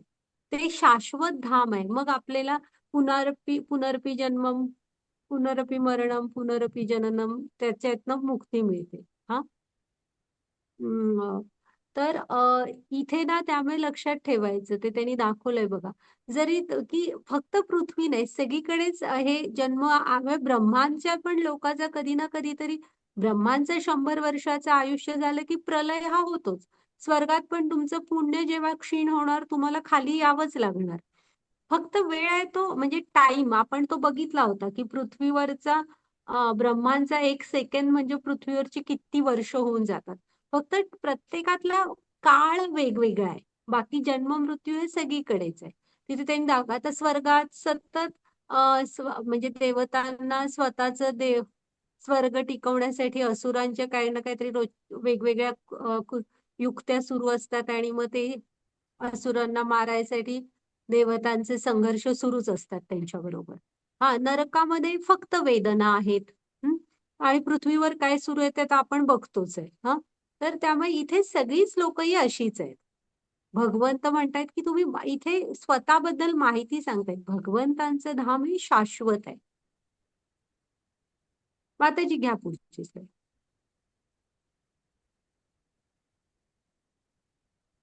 वाचा तुम्ही माताजी. मानवी गणनेनुसार ब्रह्मदेवाचा 1 दिवसाचा कालावधी म्हणजे 1000 युगे एकत्र केली जातात आणि त्याच्या रात्रीची कालावधी देखील असाच आहे. जेव्हा ब्रह्माचा दिवस प्रगट होतो तेव्हा ही जीवसृष्टी अस्तित्वात येते आणि ब्रह्माच्या रात्रीच्या आगमनाने ते सर्व नष्ट होतात. पुन्हा पुन्हा तो दिवस येतो आणि हा प्राणी यजमान सक्रिय असतो आणि हे पार्थ पुन्हा रात्र पडते आणि ते असहाय्यपणे विरघळतात. हरे कृष्ण. हा, म्हणजे हे चक्रच सुरू असतं. आणि हे तुम्ही पुन्हा एकदा वाचा सगळं की हे ब्रह्माचा आपण आधी पण बघितलेले, तुम्हाला म्हटलेलं ना पीडीएफचा कॅल्क्युलेटर घेऊन जरा अभ्यास करा. तर ब्रह्मदिवसाचा 1 दिवसाचा कालावधी म्हणजे 1000 युगे एकत्र केली जातात. आणि रात्र पण तेवढीच, म्हणजे जेवढा दिवस तेवढी संध्या असते. हा, आणि इथे ना ब्रह्माच्या दिवसामध्ये आपल्या इथली पृथ्वीवरचं सगळं प्रकट होतं. त्यांची संध्या आली ना की आंशिक विनाश असतो. सगळं जिथल्या तिथे झोपल्यासारखं होतं. पुन्हा दिवस झाला की पुन्हा सगळं सुरू, पुन्हा रात्र झाली की पुन्हा असहाय्यपणे विरघळतात. तर हे सुरूच आहे, इथे थांबतच नाही ते. तर इथे ना ही असहाय्यपणे विरघळतात. म्हणजे इथे कुठली दुःख आहेत आपली, आता ती जन्म मृत्यू जरा व्याधी ही प्राथमिक दुःख आहेत. ज्याला पर्यायच नाही, ते पुन्हा प्राथमिक का म्हटलंय, त्यांना दुसरा कुठला मार्गच नाही, ती आहेतच आपल्याकडे. जन्माला येणार, जो आलाय तो मृत्यू, हे अटळ आहे हे सगळं. पण जी त्याला आणि दुय्यम दुःख कुठली म्हणतात, तर आधिदैविक, आधिभौतिक आणि आध्यात्मिक, म्हणजे आध्यात्मिक. तर आधिदैविक म्हणजे कुठली, तर जी तुम्हाला देवी देवतांमुळे होतात, म्हणजे निसर्गाच्या मुळे होतात. म्हणजे मोठं चक्रीवादळ आलं, पूर्ण नुकसान गेलं, मोठी सुनामीची लाट आली, खूप पाऊस झाला किंवा दुष्काळ पडला, अशा टाईपची जी निसर्गतः येतात ना देवी देवतांच्या प्रकोपामुळे, ती अधिदैविक. हा, मग आधी भौतिक, मग ती कुठली असतात? तर जी म्हणजे प्राणी मात्रांमुळे वगैरे येतात. म्हणजे एखादा व्हायरल, आता हा कोरोना आला किंवा टायफॉइड, मलेरिया, हे व्हायरल जी आजारपण येतात ती, किंवा एखादा प्राणी चावला वगैरे, हे जे असतं ना, हे आधी भौतिक. आणि ही झाली दुसरं. आता तिसरं कुठलं? तर आध्यात्मिक. ही आध्यात्मिक जी दुःख असतात ना, ही कुठली असतात? तर जी तुमची तुमच्यामुळे स्वतःमुळे होतात. की तुमची मानसिक अस्थिरता आहे म्हणून तुम्हाला त्रास होतोय, किंवा तुमच्या स्वभावामुळे, तुमचा स्वभाव असा काहीतरी विचित्र आहे की तुम्ही एकत्र कोणाबरोबर बाबा माझं पटतच नाही, भांडखोर आहे वगैरे, तर तुमच्या स्वभावामुळे तुम्हाला जो त्रास होतो ना, किंवा तुमचं तुम्हीच पाय घसरून पडला, कुठेतरी जाऊन धडकलो, तर हे म्हणायचं आध्यात्मिक, की जी त्रास तुमचे तुमच्यामुळे स्वतःला होतात. हा, मग कुठलीही दुय्यम दुःख म्हटलंय. आता ह्यांना दुय्यम का म्हटलंय? कारण आपल्याला तर वाटणार की हीच तर प्राथमिक दुःख आहे, ह्याभोवतीच तर आयुष्य फिरतंय. तर शास्त्र याला दुय्यम म्हणतं, कारण तुम्ही ह्यातनं काहीतरी उपाय करून बाहेर पडू शकता. म्हणून ही दुय्यम दुःख आहेत. हा, तर लक्षात ठेवा, आधिदैविक, आधिभौतिक आणि आध्यात्मिक. तर आता तुम्ही म्हणाल की देवतांमुळे होतात, आजूबाजूच्या सृष्टी म्हणजे प्राण्यांमुळे होतात. बिलकुल नाही, त्यांच्यामुळे होत नाही. ही आपल्या वाट्याला जी येतात ना, ही आपल्या आपल्या कर्मांप्रमाणे येतात. हा, कोण देवी देवता किंवा कुठला प्राणी मुद्दाम येणार नाही आपल्याकडे. तर तुमच्या कर्माप्रमाणे प्रकृती आपल्याकडे त्यांना पाठवत असते या दुःखांना. ओके. हा, माताजी घ्या पुढची स्लाईड.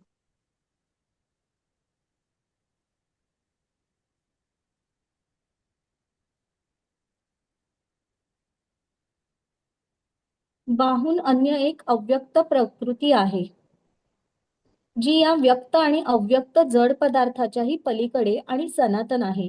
ती परा आणि अविनाशी आहे. संपूर्ण जगताचा जरी प्रलय झाला तरी ती प्रकृती नष्ट होत नाही. हरे कृष्ण. हा, बघा, हे भगवंतांचं धाम आहे. असं आहे ते, सुंदर, रमणीय, पवित्र. हा, आणि जे सनातन, हे शाश्वत आहे ते, त्याचा प्रलय वगैरे होत नाही. हं? अं, ती परा आणि अविनाशी आहे. काल परा आणि अपरा बघितलेलं. परा म्हणजे भगवंतांचे आध्यात्मिक सगळं जे काय, आपला फक्त आत्मा असतो परामध्ये.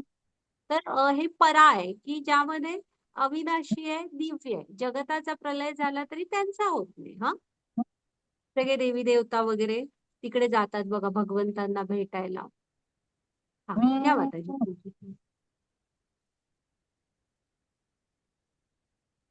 हं. आता हे ना, हे आपलं म्हणजे तुम्हाला म्हणायचे ना, ब्रह्मांडाची रचना बघूया म्हणजे कळेल. तर ही थोडक्यात ब्रह्मांडाची रचना आहे. गोलोक चार्ट म्हणतात ह्याला. हा, तर ह्या आता डाव्या हाताच्या बाजूला बघा तुम्ही, तिकडे 3 वर्तुळ दिसत आहेत. गुलाबी रंगाचं आहे ना, ते भगवंतांचं गोलोक धाम आहे. तिथे असतात गोविंद आपले, राधा कृष्ण वगैरे तिथं असतात. ते कमळासारखं गोलोक धाम आहे ना, त्याच्या सेंटरला असतात. आणि त्या वेगवेगळ्या पाकळ्यांमध्ये वेगवेगळी जण राहतात. हं? तर तिथे भगवंत असतात. आणि स्क्रीन आम्हाला दिसतोय माताजी, येईल, थांबा, तुमचं इंटरनेट कनेक्शन स्लो असेल, येईल, थांबा थोडा वेळ.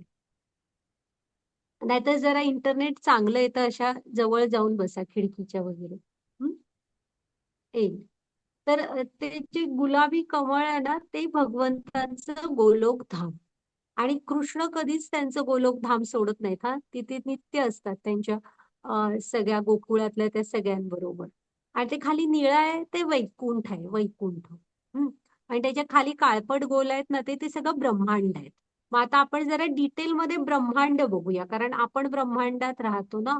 मग हे गोलोक धामाला ना, ह्या 4 ते दरवाजे दाखवले बघा, कुठून कसे जायचे वगैरे, ते बरंच, एवढं आपण नाही जाणार डिटेलमध्ये. तर थोडासा चार्ट आता ह्या, या तुम्ही ह्या उजव्या बाजूला या, त्यांनी लिहिले ना गोलोक वृंदावन, त्याच्या खाली या आता. तिथे काय लिहिलंय? हे काळा रंगाचा गोल दिसतोय ना, हे आहे आपलं ब्रह्मांड. मग भगवंत तर त्यांचं गोलोकधाम सोडत नाहीत, मग आपल्या हृदयापर्यंत कसे असतात, सगळ्यांच्या हृदयात तर आहेत ना ते. मग कसं होतं, भगवंतांचे विस्तार होतात टप्प्याटप्प्याने. हा, मग ते विस्तार होत होत एक विस्तार होतो महाविष्णू किंवा कारणोदकशाही विष्णू. कालच्या अध्यायाच्या स्लाइड मध्ये नावाबरोबर होते बघा, महाविष्णू किंवा कारणोदकशाही विष्णू. कारण समुद्रात असतात, सगळ्याचे कारण म्हणून कारणोदकशाही विष्णू. हा, तर ते महाविष्णू तिथे जो आहेत बघा ते खाली. माताजी तो कर्सर जरा त्या महाविष्णूंवर घ्या हो. तुम्ही सगळ्यांनी जरासा हा काळा वर्तुळ आहे ना ब्रह्मांडाचा, हा झूम करा, हा स्क्रीन तुमचा. तर ती सोनेरी अंडी अंडी दिसत आहेत का सगळी आजूबाजूला, ही ना त्यांच्यातनं बाहेर पडली आहेत बघा. हे महाविष्णू भगवंतांचे ना हे होत होत. नाही, स्लाइड बदलली. नाही, मागे मागे, हा हा हा, इथे. तर आहे ना,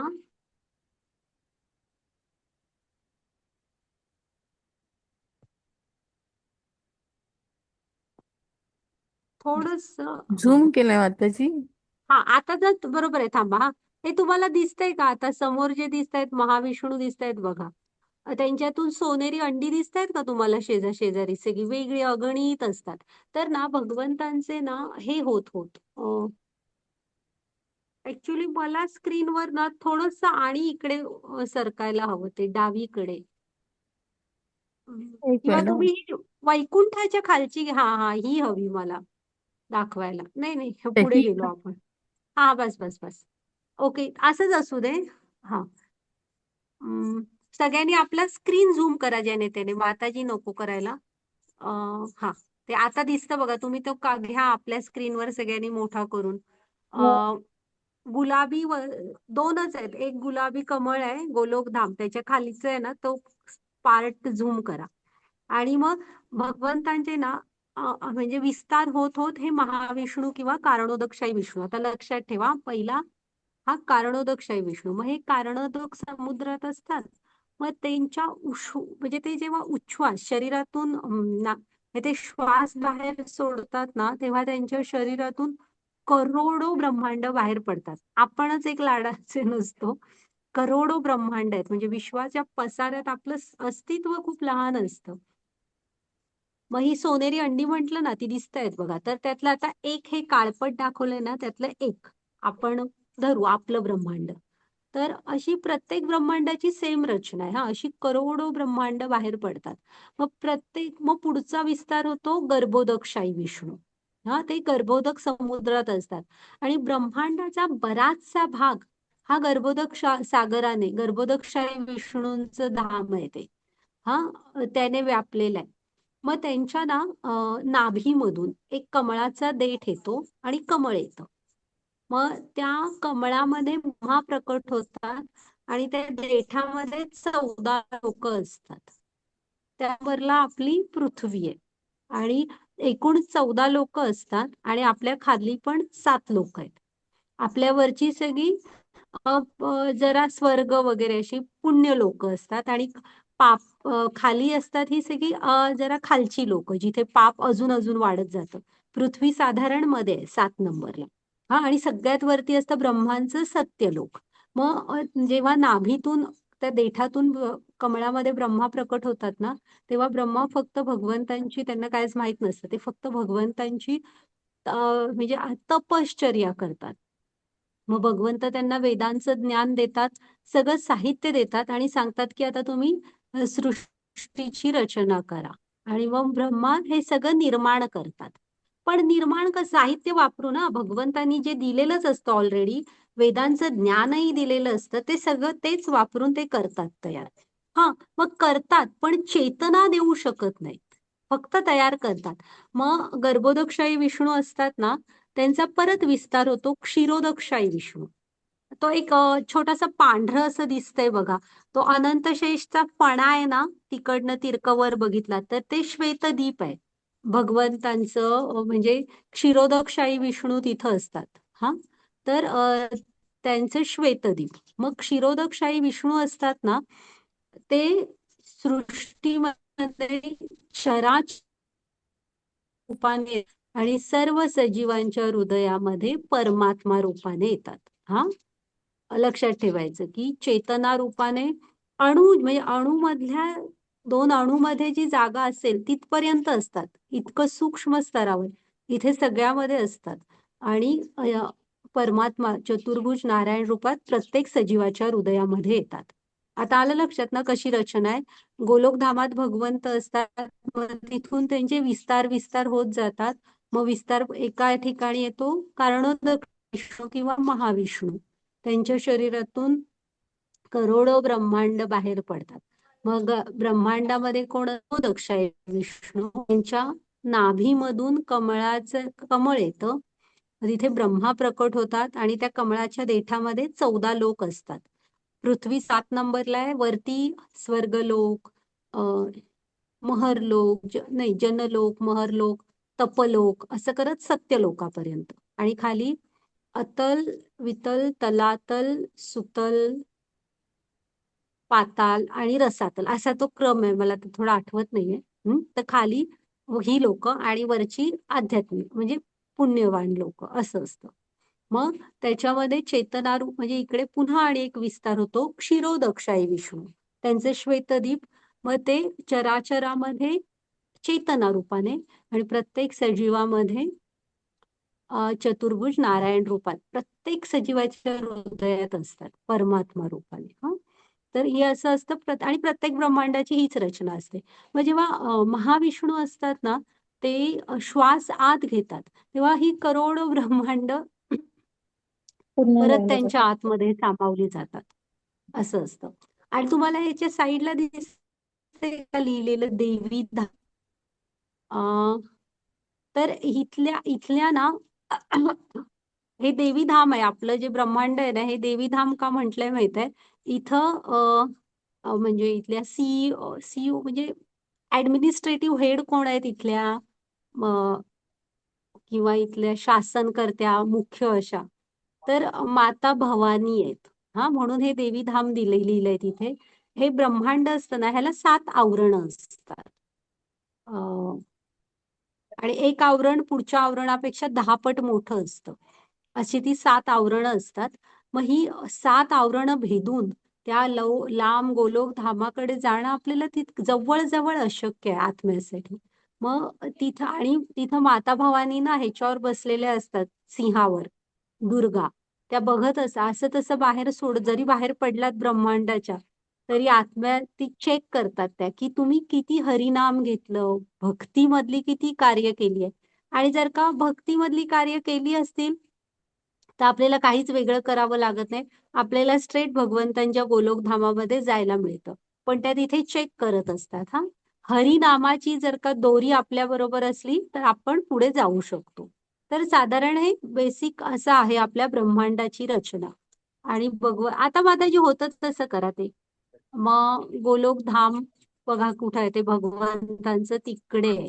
आणि आपण असतो ब्रह्मांडामध्ये, त्या कमळाच्या देठामध्ये आहोत आपण. आणि हे जे गोलोकधाम आहे ना, त्याच्या जवळच मग ह्यांचं कुणाचं रामांचं साकेत धाम आहे. तिथंच आहे गोलोकधामाच्या जवळच रामांचं साकेत धाम. पुन्हा शंकरांचं सदाशिव लोक ते पण आहे त्या गोलोकधामाच्या जवळच आहे, सदाशिव लोक वगैरे असं. मग हा जो गोलोक चार्ट आहे ना, हा तुम्ही थोडा स्टडी पण करू शकता किंवा ऑनलाईन मागवू वगैरे पण शकता. मग ही जी थोडीफार मी माहिती सांगितली, तो काय खूप गहिरा विषय आहे, तर ती माहिती सांगितली ना, ती त्यांनी साईडला लिहिलेली आहे. कुठल्या पुराणांमधून ही माहिती लिहिली आहे त्या रेफरन्स सकट त्यांनी ते सगळं व्यवस्थित तो चार्ट दिलेला आहे. तर आले असेल ना आता तुम्हाला थोडी कल्पना की कसे विस्तार होतात. लक्षात ठेवा फक्त नावं तरी, की गर्भोदक्ष महाविष्णू किंवा कारणोदकशाही विष्णू, मग गर्भोदकशाही विष्णू आणि मग क्षीरोदकशाही विष्णू. हा माताजी पुढची स्लाइड घ्या. पण हरिनामाच्या दोरीच्या किंवा आधाराशिवाय प्रवास आत्म्याचा नाही होणार पुढचा. पुढची स्लाइड घ्या माताजी. कृष्णत्वदीया पदपङ्कजा पञ्जरान्तम् अद्यैव मी विशुत मानसराजा हंसः प्राणप्रयाणसमये कफवातपित्तैः कंठवरोधनविधौ स्मरण कुटसते. हे कृष्ण, ज्याप्रमाणे राजहंस कमळाच्या फुलाच्या देठाच्या चक्रव्यूहात प्रवेश करतो, त्याप्रमाणे माझ्या मनाला त्वरित तुझ्या कमळाच्या फुलासारख्या चरणांना अर्पण करण्याची परवानगी द्या. जेव्हा माझ्या शेवटच्या श्वासाच्या क्षणी माझा घसा शारीरिक विनोद, वायू, पित्त आणि कफ यांच्या क्रियेने आकुंचन पावतो, तेव्हा मी तुझे स्मरण कसे करू शकेन? हरे कृष्ण. आहे मुकुंदमाला स्तोत्र आहे. हा राजा कुलशेखर म्हणून होते, त्यांनी रचलेलं हे मुकुंदमाला स्तोत्र आहे. छोटस पुस्तक आहे ते, वाचावंसं वाटलं तर नक्की वाचा. त्यांनी खूप छान, मग ते काय म्हणतात माहितीये की कृष्णाला ते प्रार्थना करतायत की कृष्णा, तू मला ना मृत्यू हा मी अगदी व्यवस्थित, म्हणजे एखाद्या टवटवीत फुल असतं बघा, तसं असताना मृत्यू येऊ दे, कारण त्यावेळेस मी तुझं नाव व्यवस्थित घेऊ शकेन. जर का म्हातारपणी वगैरे असं म्हणजे अशा वेळेस आला की जेव्हा माझा शारीरिक विनोद काय ते लिहिले बघा आणि कफने वगैरे कंठ दाटलाय, तर मी तुझं नाव कसं घेऊ शकेन. त्यामुळे ते प्रार्थना करतायत की मला, मी व्यवस्थित असतानाच तू घेऊन जा तुझ्याकडे. असं छान आहे ते, मुकुंदमाला स्तोत्र म्हणून आहे, राजा कुलशेखरांचं. हा माताजी ह्याच्या मागची स्लाइड घ्या एक मिनिट. आता ना गोलोक वृंदावनात भगवंत काय करतात असं आपल्याला वाटणार ना, तर हे बघा, हे गोकुळ आपण वाचतो ना, गोकुळाविषयी भगवंतांचं बालपण, ते तसं आहे तिथलं जग. हे हे गोलोक वृंदावन धामात भगवंत असतात बघा, त्यांच्या गायींबरोबर अगणित सुरभी गायी असतात तिथे. हा आणि ह्या इकडे यशोदा मातेबरोबरच्या लीला, त्यांच्या बालगोपालांच्या लीला. आणि ह्या पहिल्या स्लाइड मध्ये आहे बघा, एक पाण्याचा झरा आहे, त्याच्या शेजारी गाय आहेत, कृष्ण आहेत, आणि तिथेच बघा शेळी पण आहे, आणि शेळीच्या शेजारी वाघ दिसेल बघा तुम्हाला पहिल्या स्लाइड मध्ये. पहिला फोटो आहे ना, त्याच्यामध्ये त्या शेळीच्या कोकरूच्या शेजारीच आहे बघा वाघ. आणि तर तिथे की नाही, शरीर प्राण्याचं असलं तरी हे सगळे आध्यात्मिक हे लोक आहेत ते, त्यांचा भाव हा कृष्ण भक्ती असतो, हिंसा बिंसा तिथे नसते. हा त्याचं रम्य असं हे भगवंतांचं गोलोक धाम आहे. आणि अशा नित्य लीला त्यांच्या भक्तांबरोबर विविध अशा लीला सुरू असतात त्यांच्या. ओके, माताजी घ्या पुढची slide. आहे मुकुंदमाला स्तोत्र. झाला आता, झाला इंग्लिशची किड्सची बॅच असणार. काय पुढची स्लाइड घ्या माताजी, आल्या असणार त्या. फक्त हा शेवटचा श्लोक कव्हर करू. वाचा माताजी. हा एक मिनिट. वेदेषु यज्ञेषु तपस्सु चैव दानेषु यत् पुण्यफलं प्रदिष्टम् अत्येति तत्सर्वमिदं विदित्वा योगी परं स्थानमुपैति चाद्यम्. जो मनुष्य भक्ती मार्गाचा स्वीकार करतो, तो वेदाध्ययन, तपस्या, दान देणे किंवा दार्शनिक तथा सकाम कर्म इत्यादी करण्यापासून जे फल प्राप्त होतं, त्या फलापासून वंचित होत नाही. केवळ भक्तिपूर्ण सेवा केल्याने त्याला हे सर्व प्राप्त होते आणि अखेरीस त्याला परम शाश्वत धामाची प्राप्ती होते. हरे कृष्ण. हरे कृष्ण. आता आपल्याला किंवा अर्जुनाला इथे प्रश्न पडेल की बाबा, मी भक्ती सेवेमध्ये स्वतःला जोडून घेतलो ना, तर ज्ञान म्हणजे ज्ञानयोग, की बाबा वेदांचा अभ्यास करणं, शास्त्रांचा पठण अभ्यास, ह्यामुळे जे पुण्य मिळतं, किंवा दान देणं, ध्यान योग, नाहीतर आपण 6व्या अध्यायात बघितला, जो अर्जुनाला फारसा पटला नाही, म्हणजे जमणार नाही वाटलं, तो ध्यान योग, ज्ञान योग, किंवा दान देणे, किंवा सकाम कर्म, ह्यापासून जी पुण्य मिळतात त्यापासून भक्त वंचित होतात का? कारण फक्त कृष्णांच्या सेवेमध्ये जोडून घेतो ना आपण. तर कृष्ण इथे काय सांगतायत बघा, हा पण एक सिद्धांत आहे, तुम्ही लक्षात ठेवा, की कृष्णांशी जोडलात म्हणून बाकी कोणच असं नाही की तुम्ही कशापासून वंचित होणार. उलट आता कंपनीच्या मालकालाच तुम्ही एकदम खुश केलात, तर सगळे मॅनेजर वगैरे आनंदी असणारच ना. त्यामुळे सारे देवी देवता, आपले पूर्वज, कुलदैवत सगळे आनंदी असतात. आणि ह्या ज्या बाकीच्या मार्गाने मिळणारी पुण्य असतात, ही तर तुम्हाला मिळणारच, आणि त्यांना मिळत नाही ते एक गोष्ट मिळते की इत्यादी, म्हणजे तुम्ही वेदाध्ययन, तपस्या, दान देणे, दार्शनिक कर्म, ह्यापासून जे फल प्राप्त होतं त्यापासून वंचित होत नाही. भक्ताला हे सगळं मिळतच. हा पण केवळ भक्तिपूर्ण सेवा केल्याने अखेरीस त्याला परम शाश्वत धामाची प्राप्ती होते. म्हणजे भगवंतांच्या धामाची प्राप्ती होते, जे बाकीच्या मार्गात नाही. त्यांना भक्तीपर्यंत पोहोचावं लागतं. आपण ती एक शिडी बघितलेली बघा. हा, तर आपल्याला भक्तीमुळे ना भगवंतांच्या शाश्वत धामाची पण प्राप्ती होते आणि हे बाकीचं पण मिळतं. त्यामुळे त्याची चिंता करायची गरज नाही. ओके माताजी, बघा हा झालाय आपला अध्याय वैष्णव प्रणाम मंत्र. हा, आपण काय काय बघितलं? अर्जुनाच्या 8 प्रश्नांची उत्तरं. मृत्यूसमयी भगवंतांचं स्मरण कसं करावं, तर लक्षात ठेवा त्यासाठी आपल्याला सराव करावा लागेल. कारण आपल्याला आपल्या ज्यांच्याशी आपण जोडलेलं आहे त्यांचीच आठवण येणार ना. भगवंतांची आठवण यायची असेल तर आपल्याला सराव करावा लागणार. आणि त्यांनी सांगितलं ना की तुम्ही तुमची कर्तव्य करत, प्रल्हाद महाराजांचं चित्र होतं बघा, तुम्ही तुमची कर्तव्य करत माझं स्मरण करायला शिका, माझ्याशी जोडून घ्या.